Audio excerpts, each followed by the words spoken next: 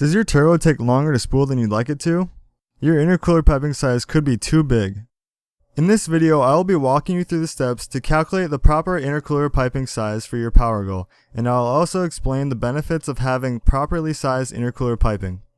Before we begin, I just want to give credit to gstryyder on DSM tuners for doing the math back in 2009. He put a lot of work into making the equations as accurate as possible given all of the possible variables. That being said, this calculation will not be 100%, but it'll be very close. First, you need to find the flow rating in pounds per minute of what your turbo is capable of producing. If you aren't going to be maxing out your turbo, then you take your wheel horsepower goal divided by 10, and you'll get a general pound per minute rating. Now we need to convert pounds per minute into CFM. To do this, you will multiply your flow by 14.27.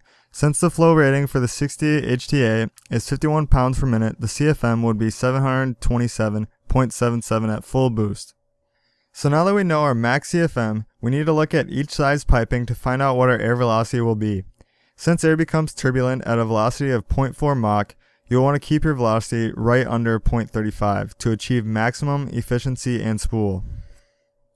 Max flow for 2-inch pipe would be 514.3 CFM. For 2.25 inch, it would be 660 CFM. For 2.5 inch, it would be 825 CFM. For 2.75 inch, it would be 975 CFM. And for 3 inch, it would be 1166.7 CFM. Since the 68 HTA flows 727 CFM, the ideal intercooler piping size for the 68 HTA would be a 2.5 inch diameter pipe.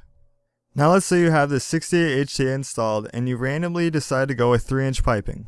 Even at 500 wheel horsepower, this size will still be too big and you shouldn't have 3-inch until around 680 wheel horsepower.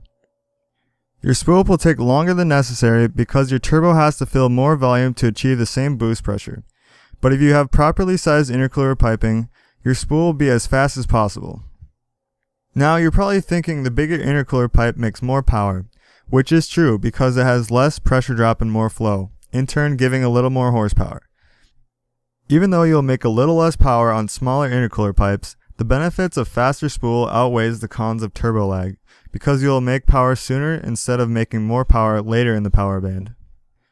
Thank you for watching. If you have any questions about any of the math in this video, please leave a comment or read the forum thread linked in the description. And also don't forget to subscribe.